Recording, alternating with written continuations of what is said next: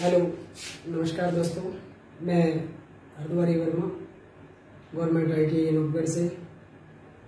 आपके लॉकडाउन के चलते बच्चों का जो सिलेबस अधूरा रह गया था उसका पूरा कराने की कोशिश की जा रही है थोड़ी सी मेरी तरफ से।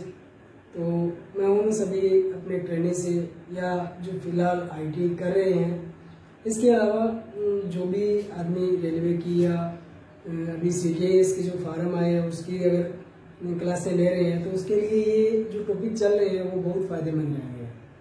तो अभी तक जो हमने किया है उसके अलावा अभी हमारा जो टॉपिक नया है वो हमारा आएगा संवहन प्रणाली। संवहन प्रणाली क्या है और इसका मुख्य काम क्या रहेगा, सबसे पहले ये देखने की बात है। अब हम सभी देखते हैं कि जमीन पर चलते हैं। जमीन पर चलने से आप देखो कि अगर आप रेतीली जगह में जाते हो तो आपका घर्षण की वजह से आपको तकलीफ ज़्यादा होती है। किसी फिनिशिंग सरफेस पर चलते हो तो आपका फिसलने का भय रहता है, वहाँ आप चल नहीं पाते। नॉर्मल आप लैंड पे भूमि पे चलते हो, वहाँ आप आरामदायक महसूस करते हैं। यही प्रक्रिया हमारे इंजन में रहती है। इंजन में बहुत से गतिशील पार्ट्स होते हैं। अगर उन पार्ट्स में ऐसा ही रहे कि अगर उनमें बीच में घर्षण ज़्यादा हो तो क्या होगा। तो ये स्वाभाविक बात है, जहाँ घर्षण ज़्यादा होता है बल ज़्यादा लगता है, बल ज़्यादा होने से घिसावट ज़्यादा होती है। सबसे पहले हम देखेंगे संवहन के उद्देश्य क्या है। सबसे पहले संवहन का मुख्य उद्देश्य है घर्षण को कम करना। घर्षण को कैसे कम करता है कि संवेग, सबसे पहले ये समझने की जरूरत है संवेग होता क्या है। आपने एक थोड़ा सा छोटा सा उदाहरण देके समझाऊंगा मैं आपको कि अपने घर में पानी देखा होगा, ऑयल देखा होगा, चाहे वो सरसों का है चाहे किसी भी चीज का है। आप पानी को किसी प्लेट पे, बोर्ड पे या मेज पे डाल के देखो और उसको थोड़ा सा रोटेट करो तो पानी फिसल के जल्दी से ही अपनी सतह से नीचे गिरने लगेगा।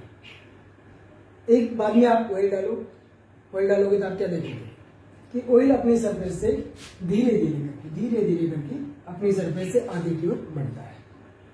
तो मतलब कि इसकी जो श्यानता, गाढ़ापन है वो पानी से ज्यादा है। इसलिए ऐसे ऑयल या मिनरल्स जिनका हमारा ऑटोमोबाइल में इस्तेमाल होता है उनको संवेग कहेंगे। इसी संवेग का इस्तेमाल करने की प्रक्रिया को हम संवहन कहा जाता है, जिसे अपने इंग्लिश में बोला जाता है लुब्रिकेशन, और इस संवेग को बोला जाता है लुब्रिकेंट। जैसे संवहन को मैंने लिखा लुब्रिकेशन और यहाँ लिखा जाए संवेग, तो यहाँ लिखेंगे लुब्रिकेंट। इसके मैंने दो मुख्य उद्देश्य बताए कि सबसे पहले घर्षण को कम करना। घर्षण के बाद आता है चलते हुए भागों के अंदर हमेशा एक ऊष्मा पैदा होती है। अगर यही गर्मी लगातार नियत बनी रहे तो जितने भी हमारे घूमने वाले पार्ट्स हैं वो एक टाइम ऐसा आएगा कि आपस में जाम हो जाएंगे, हमारे इंजन की एफिशिएंसी घटती जाती है। इससे बचने के लिए हम संवेग का इस्तेमाल करते हैं। इसके अलावा जो चलते हुए भाग घिसते हैं, घिसने से उसमें कुछ उन्हीं भागों का थोड़ा बहुत कचरा जिसे आप कह सकते हैं, उसके कण कहते हैं, वो कण बन जाएंगे। अगर वो कण बनते हुए अगर उन्हीं भागों के बीच में रहे तो रगड़ खा करके हमारे भाग जल्दी घिस जाएंगे। तो उन कणहीन कणों को हटाना भी इस लुब्रिकेशन का हमारा मुख्य पर्पज रहता है।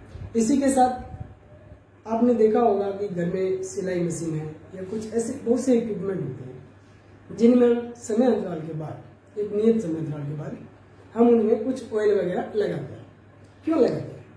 क्योंकि वो आवाज ज्यादा करती है। और आवाज किस लिए करती है कि भागों की आपसी टकराव देता है, और टकराव होता है तो फ्रिक्शन होता है, फ्रिक्शन से जाम हो जाता है, आवाज आ जाती है।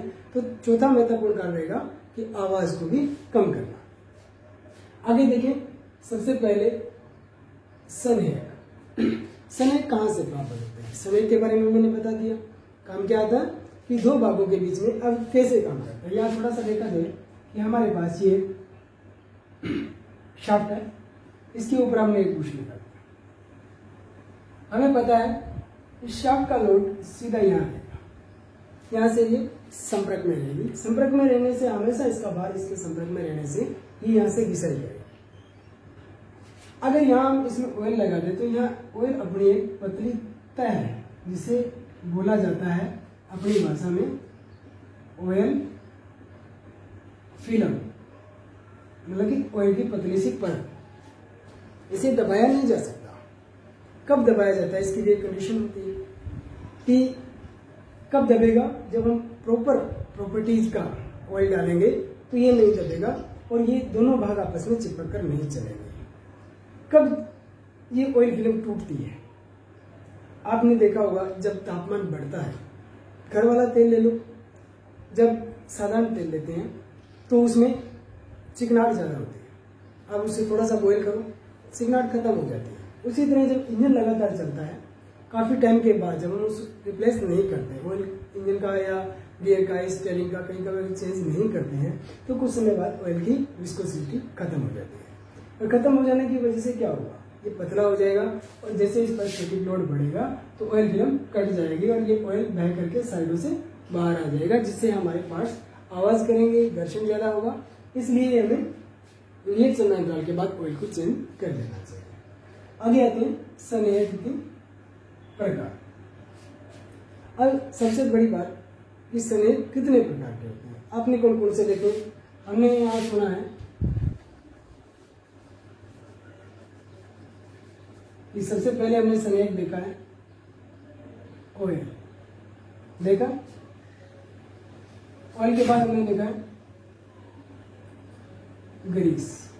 दो तो हमने देखे, सब आउट देखे सबने, बट इसके अलावा हम इसको डिवाइडेशन कर देते हैं, ऐसा नहीं चलेगा। हमारे थ्योरी के अकॉर्डिंग चले तो यह आएगा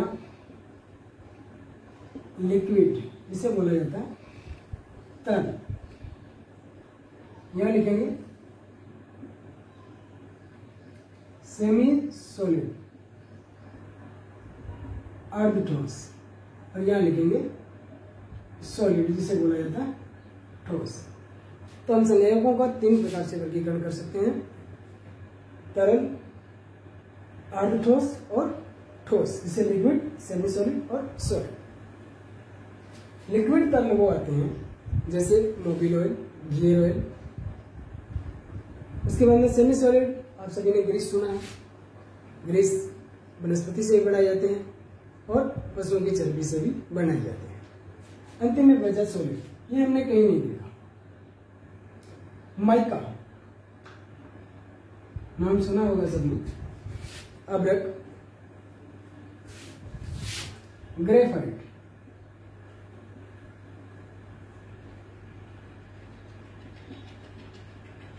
सोपस्टोन, इनका इस्तेमाल किया जाता है।